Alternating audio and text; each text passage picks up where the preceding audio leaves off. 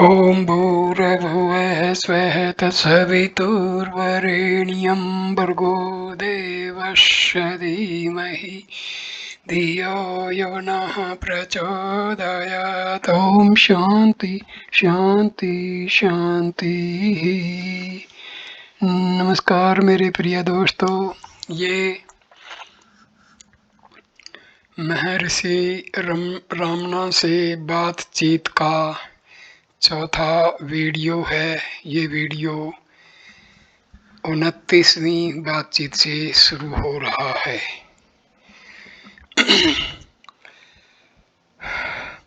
बातचीत नंबर 29। एक अन्य अवसर पर संध्या शांत तथा मेघ युक्त थी। रुक रुक कर बूंदाबांदी भी हो रही थी।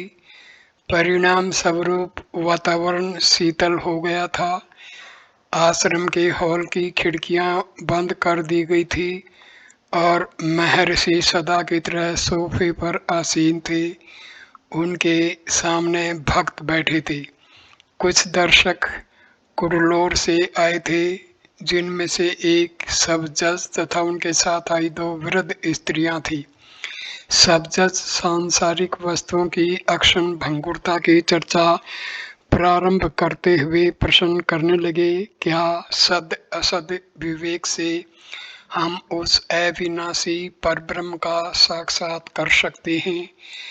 महर्षि का उत्तर, सभी सच्चे साधकों एवं साक्षात्कार करने वाले महापुरुषों द्वारा निर्दिष्ट तथा अनुभूत बात तो यह है कि केवल ब्रह्म निष्ठा से ही यह ज्ञान तथा साक्षात्कार संभव है। यह ज्ञान तो हम में है तथा हमारा है, अतः जितना भी विवेचन हो वह हमें केवल एक कदम ही आगे बढ़ा सकता है, जिससे कि हमें विरक्ति पैदा हो तथा हम आभास को भ्रम मात्र मानने लगे। पर अंत तो गत्वा हमें परम लक्ष्य की प्राप्ति उस शाश्वत सत्य को दृढ़तापूर्वक पकड़ने से ही होगी। वार्ताक्रम इस प्रश्न की ओर मुड़ गया कि क्या ईश्वर प्रसाद से ही साम्राज्य सर्वव्यापी ऐश्वर्य संभव है तथा जीव अपने सच्चे तथा अथिक परिश्रम से क्या उस स्थिति को प्राप्त नहीं कर सकता जहाँ से जन्म मृत्यु के चक्र में फिर नहीं आना पड़ता। अवर्णनीय मुस्कान महर्षि के पवित्र मुखमंडल को प्रकाशित करती सर्वत्र व्याप्त होकर समीप आसीन भक्त मंडली को उद्भासित होने लगी। महर्षि ने निश्चयात्मक तथा सहज सत्या अनुभूत स्वर में कहा, साक्षात्कार हेतु ईश्वरीय कृपा आवश्यक है, इससे ईश्वर का साक्षात्कार होता है। किंतु यह कृपा सच्चे भक्त अथवा योगी तथा जिसने मुक्ति के पद पर चलने के लिए निरंतर कठिन तपस्या की है उसी को प्राप्त होती है। भक्त का प्रश्न, योग शास्त्र में 6 केंद्रों का वर्णन मिलता है, परंतु जीव हृदय में स्थित कहा जाता है, क्या यह ऐसा नहीं है? महर्षि का उत्तर, हाँ, ऐसा कहा जाता है कि सुषुप्ति में जीव हृदय में रहता है तथा जागृति में मस्तिष्क में। हृदय से आशय मांसपेशियों वाले रक्त प्रवाहक चतुष्कोष्ठीय अंग से नहीं है। वास्तव में अनेक उदाहरणों में इस तर्क की पुष्टि मिलती है। अन्य विचारक इसका आशय उक्त अक्षेत्र के समीप के तंतुगुच्छ अथवा नाड़ी केंद्रों से मानते हैं। कौन सा दृष्टिकोण सही है, इसका हमारे लिए कोई महत्व नहीं है। हमें केवल अपने आप से ही संबंध है, अन्य से नहीं। वह निश्चय ही हमारे पास हम में है, इसके बारे में कोई शंका अथवा विवाद नहीं हो सकता। वेदों व शास्त्रों में हृदय वह स्थान कहा गया है जहाँ से मैं प्रकट होता है। क्या यह केवल मांसपिंड से प्रकट हो सकता है? यह हमारे शरीर के मध्य कहीं सीधी ओर उत्पन्न होता प्रतीत होता है। मैं का कोई स्थान नहीं है। सब कुछ आत्मा ही है, उसके अलावा और कुछ नहीं है। अतः हृदय हमारी पूरी देह तथा संपूर्ण ब्रह्मांड है, जिसे हम मैं के नाम से जानते हैं, किंतु अभ्यास करने वाले की सुविधा के लिए हमें ब्रह्मांड अथवा देह के विशिष्ट अंग को इंगित करना पड़ता है। इस प्रकार हृदय को आत्मा का स्थान बताना होता है, पर वास्तविक सत्य यह है कि हम सर्वत्र हैं, सब कुछ हम ही हैं तथा और कुछ भी नहीं है। भक्त ऐसा कहा जाता है कि मन की व्याकुलता को दूर समाधि अवस्था की प्राप्ति करने के लिए ईश्वरीय कृपा आवश्यक है। क्या यह ऐसा है? महर्षि, हम ईश्वर हैं। ईश्वर दृष्टि, अपने आप को ईश्वर देखना, स्वयं ईश्वरीय कृपा ही है। इस प्रकार हमें ईश्वर की कृपा प्राप्त करने के लिए ईश्वर की कृपा की आवश्यकता है। महर्षि मुस्कुराए तथा सभी भक्तगण भी हंसने लगे। भक्त, क्या ईश्वर अनुग्रह ईश्वर कृपा से भिन्न है? क्या ऐसा है? महर्षि का उत्तर, ईश्वर स्मरण में भी ईश्वर अनुग्रह ही है, उसका स्वभाव ही प्रसाद है। ईश्वर की कृपा से तुम ईश्वर का स्मरण करते हो। भक्त, क्या गुरु कृपा ईश्वरीय कृपा का परिणाम नहीं? महर्षि, दोनों में अंतर क्यों करते हो? गुरु भी ईश्वर ही है, उससे भिन्न नहीं। भक्त, जब कभी सत्याचरण का प्रयास किया जाता है और आत्मा पर ध्यान एकाग्र किया जाता है, तभी कुछ रुकावट तथा गिरावट आ जाती है। इसका क्या उपाय है?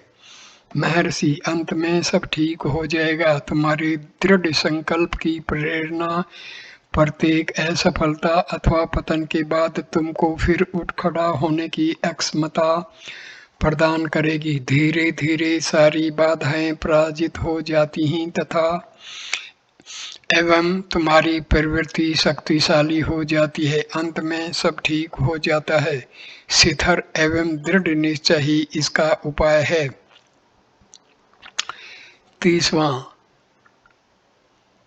30वीं बातचीत। दक्षिण भारत के एक नगर के वकील संघ के प्रधान तथा कट्टर ब्राह्मण श्री एन नटेशा आयर ने प्रश्न किया, क्या देवता ईश्वर अथवा विष्णु तथा उनके पवित्र धाम यथा कैलाश अथवा वैकुंठ वास्तविक हैं? महर्षि, उतने ही वास्तविक जितने कि तुम इस शरीर में हो। भक्त, क्या वे भी मेरे शरीर की तरह ही सशरीर हैं अथवा वे खरगोश के सींग के समान कल्पित हैं?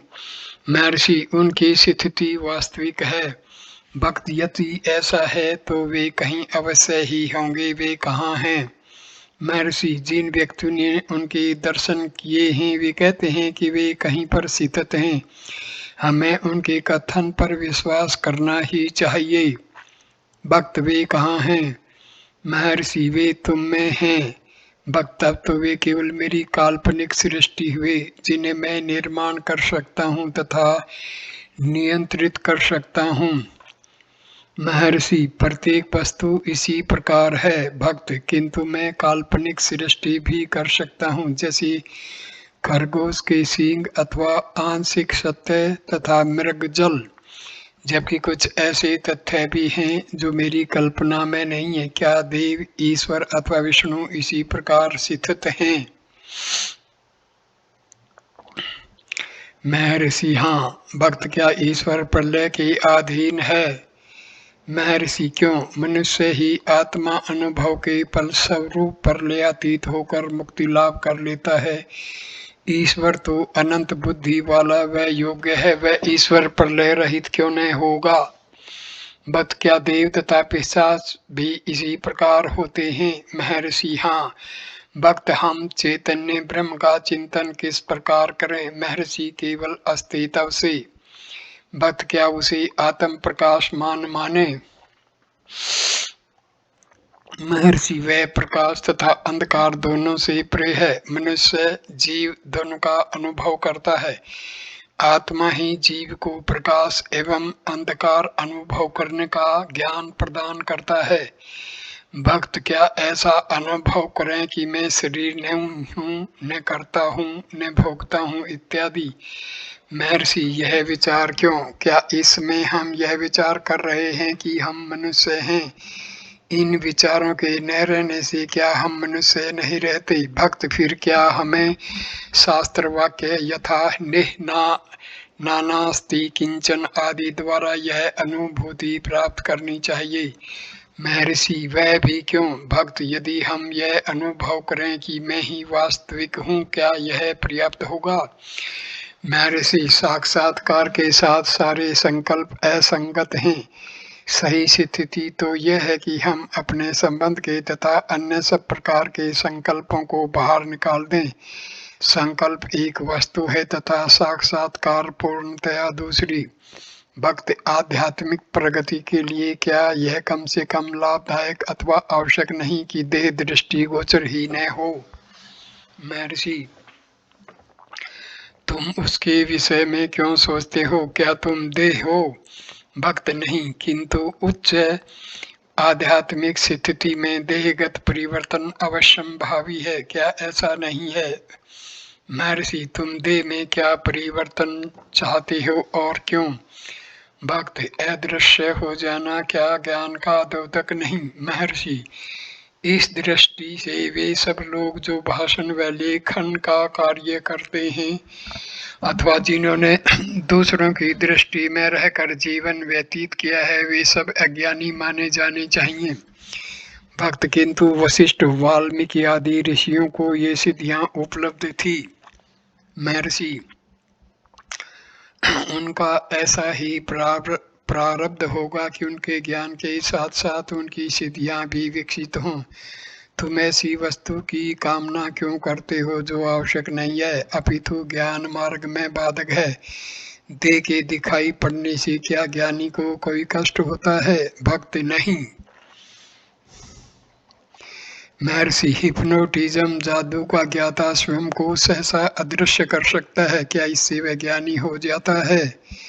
भक्त, नहीं। महर्षि, दृश्य तथा अदृश्य का संबंध दृष्टा से है। वह दृष्टा कौन है, पहले इसका निश्चय करो। अन्य विषयों का कोई महत्व नहीं।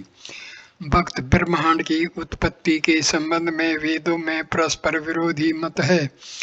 एक स्थान पर आकाश तत्व की सृष्टि प्रथम हुई बताई गई है, अन्यत्र प्राण की, पुण्य किसी अन्य वस्तु की, कहीं जल की, और इसी प्रकार इनका समन्वय किस प्रकार हो? क्या इससे वेदों की प्रामाणिकता में कमी नहीं आती? महर्षि, विभिन्न ऋषियों ने अन्य काल में सत्य के विविध पक्ष अनुभव किए तथा प्रत्येक ने अपने दृष्टिकोण से विशेष मत का प्रतिपादन किया। उनके परस्पर विरोधी विचारों से तुम क्यों चिंतित होते हो? वेदों का मुख्य उद्देश्य तो हमें अविनाशी आत्मा का ज्ञान कराना है तथा हम वही आत्मा हैं यह दिखाना है। भक्त, उतने अंश से मैं संतुष्ट हूँ। महर्षि, तो बाकी सबको अर्थवाद मानो जो अज्ञानियों को वस्तु व पदार्थों की उत्पत्ति समझने हेतु कहा गया है। भक्त, मैं पापी हूँ, मैं हवन इत्यादि धार्मिक कृत्य नहीं करता हूँ।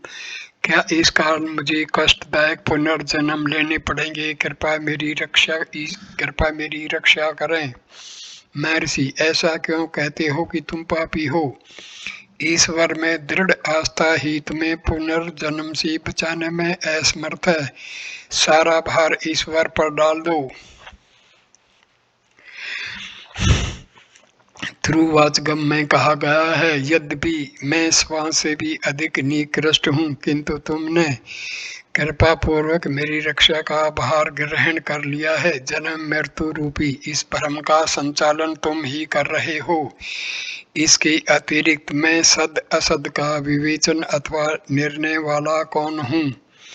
क्या मैं इस जगत का स्वामी हूँ? हे महेश्वर, चाहे तुम मुझे देहों में भटका जन्म मृत्यु द्वारा अथवा स्वयं अपने चरणों में स्थिर रहने दो। अतः श्रद्धा रखो, उसी से तुम्हारी रक्षा होगी। भक्त, पूज्यवर, मुझे श्रद्धा है, फिर भी मार्ग में बाधाएं आती हैं। ध्यान के अभ्यास के बाद मुझे दुर्बलता तथा चक्कर पीड़ित करते हैं। महर्षि, ठीक प्रकार से प्राणायाम करने से शक्ति में वृद्धि होती है। भक्त, मैं अपने व्यवसाय का काम करते हुए भी सदैव ध्यान में रहना चाहता हूँ। इन दोनों में विरोध तो नहीं है? महर्षि, इनमें कोई विरोध नहीं होगा। दोनों का अभ्यास करते रहने से तथा अपनी शक्तियों का विकास करने से तुम दोनों कार्य साथ साथ कर सकते हो।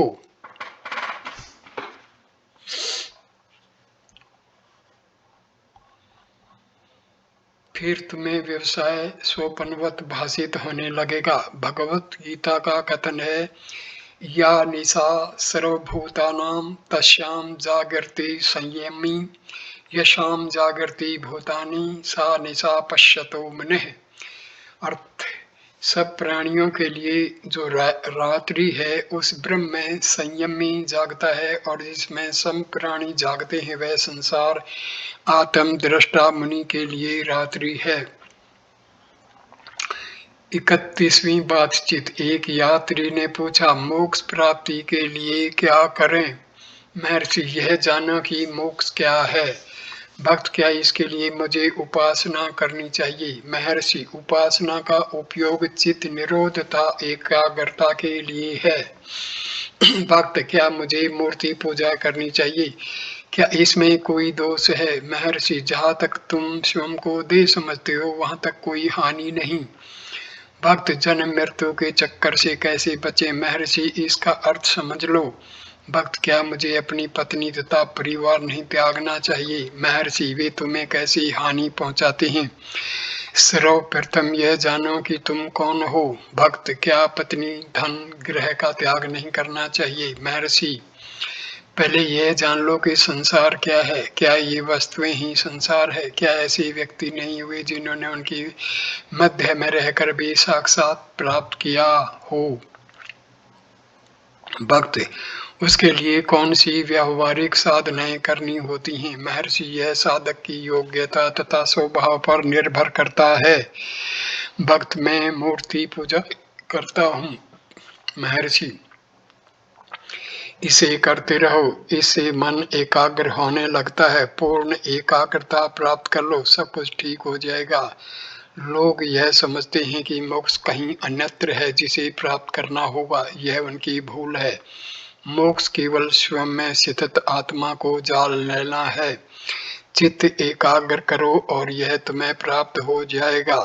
संसार अथवा जन्म मरण तो तुम्हारा मन ही है। भक्त, मेरा चित्त बहुत चंचल है, मुझे क्या करना चाहिए? महर्षि, किसी भी एक वस्तु पर एकाग्र हो जाओ और उस पर डटे रहने का प्रयास करो, सब कुछ ठीक हो जाएगा। भक्त, मुझे एकाग्र होना कठिन लगता है। महर्षि, अभ्यास करते रहो, तदुपरांत एकाग्रता उसी प्रकार स्वाभाविक हो जाएगी जिस प्रकार की श्वास लेना, तब वह तुम्हारी सफलता का मुकुट होगा। भक्त, क्या संयम तथा शुद्ध भोजन सहायक नहीं होंगे? महर्षि, हाँ, यह सब उत्तम है। इसके उपरांत महर्षि एकाग्र होते हैं तथा मौन हो शून्य में दृष्टि को स्थिर करते हैं तथा प्रश्नकर्ता के समक्ष इस अभ्यास का प्रत्यक्ष उदाहरण प्रस्तुत करते हैं। भक्त, क्या मुझे योग की आवश्यकता नहीं है? महर्षि, यह केवल मन को एकाग्र करने के अतिरिक्त और क्या है? भक्त, क्या एकाग्रता हेतु अन्य साधनों की आवश्यकता नहीं होती? महर्षि, प्राणायाम आदि ऐसे साधन हैं। भक्त, क्या ईश्वर का दर्शन संभव नहीं? महर्षि, संभव है। तुम यह वह देखते हो, ईश्वर को क्यों नहीं देखते? केवल यह जान लेना आवश्यक है कि ईश्वर है क्या। ईश्वर को सर्वदा सभी देख रहे हैं, परंतु वे उससे अनभिज्ञ हैं। तुम यह जान लो कि ईश्वर है क्या। मनुष्य उसे देखते हुए भी नहीं देखते हैं, क्योंकि वे ईश्वर को नहीं जानते। भक्त, क्या मुझे मूर्ति पूजा करते समय मंत्र जाप, उदाहरणार्थ कृष्ण एवं राम का जाप नहीं करना चाहिए? महर्षि, मानसिक जप बहुत अच्छा है, इससे ध्यान में सहायता मिलती है। जब मन जब से परिचित हो जाता है तभी तुम यह अनुभव करने में समर्थ होते हो कि वास्तविक पूजा क्या है। यह अपने स्वयं के व्यक्तित्व को अपने इष्ट में खो देना है। भक्त क्या परमात्मा हमसे सर्वथा भिन्न है? महर्षि, सामान्यतया लोग ऐसा ही मानते हैं, किंतु यह भूल है। उसी अपने से भिन्न ने मानव तथा आत्मा तथा परमात्मा की अनन्यता की अनुभूति होगी। भक्त, क्या ईश्वर के अतिरिक्त गुरु द्वारा मार्गदर्शन आवश्यक नहीं? महर्षि, होना क्या है? विचार करने वाला सर्वदा वह सत्य ही है। अंततोगत्वा वह इस तथ्य की अनुभूति कर लेता है। हम अपने आप को यदा कदा भूल जाते हैं, जैसे कि सुषुप्ति तथा स्वप्नावस्था में, परंतु ईश्वर सर्वदा जागृत है। भक्त, मूर्ति पूजा के अतिरिक्त क्या गुरु के उपदेश की आवश्यकता नहीं है? महर्षि, बिना उपदेश के क्या तुमने इसे प्रारंभ कैसे किया? भक्त, पुराणों के सहारे। महर्षि, ठीक है, ईश्वर का ज्ञान या तो तुम्हें कोई व्यक्ति देगा अथवा स्वयं भगवान। दूसरी अवस्था में स्वयं भगवान ही तुम्हारा गुरु हुआ। यह महत्व का नहीं है कि गुरु कौन है। हम भगवान अथवा गुरु से सर्वथा अभिन्न है। अंत में व्यक्ति यह जान लेता है कि गुरु ही ईश्वर है। मानव गुरु तथा ईश्वर गुरु में कोई भेद नहीं। भक्त, यदि हमने पुण्य कार्य किए हैं तो मुझे आशा है सफलता अवश्य मिलेगी। महर्षि, प्रारब्ध के अनुसार ही फल भोगना होगा। भक्त, क्या ज्ञानी गुरु हमें मार्गदर्शन में अत्यधिक सहायक सिद्ध नहीं होगा? महर्षि, हाँ, यदि तुम प्राप्त ज्ञान का आश्रय लेकर साधना करते रहोगे तो तुम्हें गुरु मिल जाएगा जो स्वयं ही तुम्हारी खोज में होगा। भक्त, ऋषियों के योग मार्ग में तथा प्रपत्ति आत्म समर्पण में कोई अंतर है क्या? महर्षि, ज्ञान मार्ग तथा भक्ति मार्ग प्रपत्ति एक ही है। आत्म समर्पण से भी साक्षात्कार उसी प्रकार होता है जिस प्रकार आत्म विचार अनुसंधान से पूर्ण आत्म समर्पण का अर्थ है मैं देह भाव का पूरी तरह लोप हो जाना। इस अवस्था में सब पूर्व संस्कार नष्ट होकर मुक्ति प्राप्त हो जाती है। दोनों प्रकार के साधनों में अंत में अपना अलग व्यक्तित्व समाप्त करना ही होता है। भक्त, अपने कर्मों के फल स्वरूप क्या हमें स्वर्ग आदि में जाते हैं? महर्षि, वे अवस्थाएं भी उतनी ही सत्य हैं जितनी कि हमारी वर्तमान अवस्था, परंतु यदि हम खोजें कि हम कौन हैं और आत्मा को स्वयं को जान लें, उसके उपरांत स्वर्ग आदि के चिंतन की क्या आवश्यकता रह जाती है?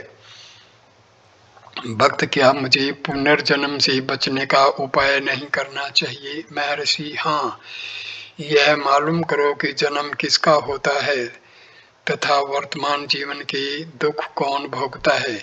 जब तुम सुषुप्ति में होते हो तब क्या तुम्हें पुनर्जन्म अथवा वर्तमान जीवन का विचार आता है? अतः वर्तमान की समस्या के मूल को खोजते और वही समस्या का समाधान भी है।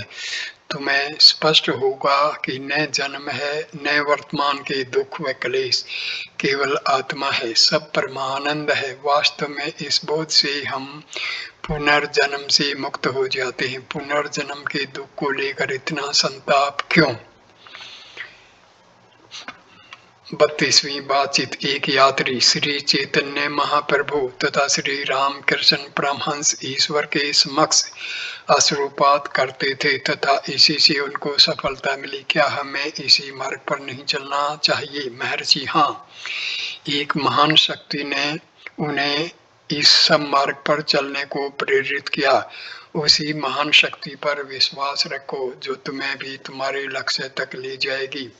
सामान्यतया अश्रु दुर्बलता के प्रतीक समझे जाते हैं, किंतु ये महान पुरुष वास्तव में दुर्बल नहीं थे। उनके ये बाहरी लक्षण तो उनके आंतर में ईश्वर दर्शन की व्याकुलता की जो प्रचंड धारा बह रही थी उसके संकेत मात्र हैं। हमारी दृष्टि में उन्होंने जो लक्ष्य प्राप्त किया वही रहना चाहिए। बट क्या इस भौतिक शरीर को सुनने में लोभ किया जा सकता है? महर्षि, यह प्रश्न क्यों? क्या तुम्हारे लिए यह संभव नहीं है कि तुम यह जान लो कि क्या तुम देह हो?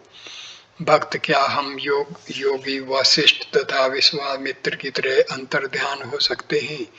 महर्षि, ये केवल शारीरिक विषय है। क्या हमारा वास्तविक लक्ष्य इसी वस्तु में है? क्या तुम आत्मा नहीं हो? दूसरी बातों की क्यों चिंता करते हो? सार ग्रहण करो। शेष पांडित्यपूर्ण सिद्धांतों को सारहीन मानकर छोड़ दो। जो शरीर लोप हो जाने को मुक्ति मान बैठे हैं, वे भ्रम में हैं। ऐसी किसी भी बात की आवश्यकता नहीं है। तुम देह नहीं हो, फिर यह एक प्रकार से लोप हो जाती है अथवा दूसरी प्रकार से, तो इससे क्या अंतर पड़ने वाला है? इन सब का कोई बड़ा महत्व नहीं है। बड़प्पन अथवा छोटापन किसमें होता है? केवल सत्य की प्राप्ति ही वास्तविक लक्ष्य है। मैं देह अभिमान का नाश ही मुख्य वस्तु है, देह त्याग नहीं। आत्मा का देह से एकता ही वास्तविक बंधन है। इस मिथ्या विचार को त्यागो तथा उस परम सत्य की अनुभूति करो। केवल यही महत्वपूर्ण है। यदि सवर्ण के आभूषण को कसौटी पर कसे बिना गलाया जाए तो उसे किस भांति गलाया गया, टुकड़े करके अथवा पूरा आभूषण अथवा अलंकार का आकार क्या था, इससे सबका क्या तात्पर्य? तुम्हारी अभिरुचि केवल यह जानने में है कि क्या यह सवर्ण है। मृत पुरुष अपनी देह को नहीं देखता। अन्य जीवित व्यक्ति ही यह विचार करते हैं कि शरीरपात किस भांति हुआ। जिन्होंने अपने स्वरूप का दर्शन कर लिया है, उनकी न देह सहित न देह रहित ही कोई मृत्यु होती है। ज्ञानी पुरुष स्वयं इस बात को जानते हैं और इसमें उनको तनिक भी अंतर नहीं दिखता। उनके लिए एक अवस्था दूसरी अवस्था की अपेक्षा उत्तम नहीं है। मुक्त पुरुष की शारीरिक उपलब्धियों से अन्य व्यक्तियों का संबंध ही है। अपनी चिंता स्वयं करो। आत्मा का साक्षात्कार करने के बाद यह निश्चय किया जा सकता है कि तुम्हें किस प्रकार देह त्यागना श्रेयकर होगा। आत्मा का देह से मिथ्या एकता करने के कारण ही प्राथमिकता का विचार आता है। क्या तुम देह हो? पिछली रात जब तुम गाढ़ी निद्रा में सोते थे, तब क्या तुम्हें देह की अनुभूति थी? नहीं थी। अब इस क्षण वह क्या है जो तुम्हें दुखी कर रहा है? वह मैं है। इसका निवारण कर लो और आनंद से रहो। 33वीं बातचीत। एक यात्री जगत गुरु शंकराचार्य प्राय ब्रह्म सत्यम जगत मिथ्या, ब्रह्म सत्य है जगत भ्रम है का उपदेश करते रहते थे। फिर दूसरे कहते हैं जगत ही सत्य है। सत्य क्या है? महर्षि, दोनों कथन सत्य हैं। वे विकास की भिन्न भिन्न अवस्थाओं तथा दृष्टिकोणों के सूचक हैं।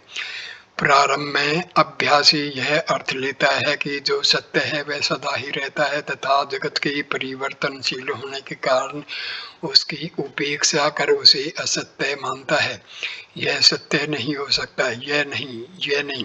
अंततोगत्वा साधक आत्मा तक पहुंचता है जिसका प्रमुख गुण एकत्व है। तब पहले जिसे असत्य मानकर छोड़ दिया था वह भी इसी एकत्व का अंग प्रतीत होता है। सत्य तत्व में आत्मसात होने के कारण जगत भी सत्य है। आत्म साक्षात्कार में केवल आत्म भाव होना है। आत्म भाव होने के अतिरिक्त कुछ नहीं। सत्य का व्यवहार विभिन्न भावना से होता है तथा अनेक विचारक इसे स्वतंत्र ढंग से भौतिक पदार्थों के आशय से प्रयोग करते हैं। उनके अनुसार आध्यात्मिक सत्य की अनेक कोटियां हैं। नंबर 1, व्यावहारिक सत्य, दैनिक जीवन। यह कुर्सी मुझे दृष्टिगोचर होती है, अतः सत्य है। दूसरा, प्रतिभाषिक सत्य, भ्रम, कुंडली युक्त रस्सी में सर्प का आभास हो। आभास को सच्चा समझने वाले को तो वह सत्य ही भाषित होगा। यह दृश्य विशेष समय तथा परिस्थितियों में ही दिखता है। तीसरा, पारमार्थिक सत्य, परम सत्य। सत्य वह है जो सर्वथा एक सा रहने वाला है तथा जिसमें परिवर्तन न हो। यदि सत्य को व्यापक अर्थ में लें तो सारा जगत व्यावहारिक व प्रतिभाषिक सत्य माना जा सकता है। कुछ लोग व्यावहारिक जीवन के सत्य को भी स्वीकार नहीं करते तथा उसे मन का संकल्प मात्र ही मानते हैं। उनके अनुसार यह भी प्रतिभाषित सत्य अर्थात भ्रम ही है। अब मैं इस वीडियो को यहीं पर पूर्ण विराम देता हूं तथा अगला 5वां वीडियो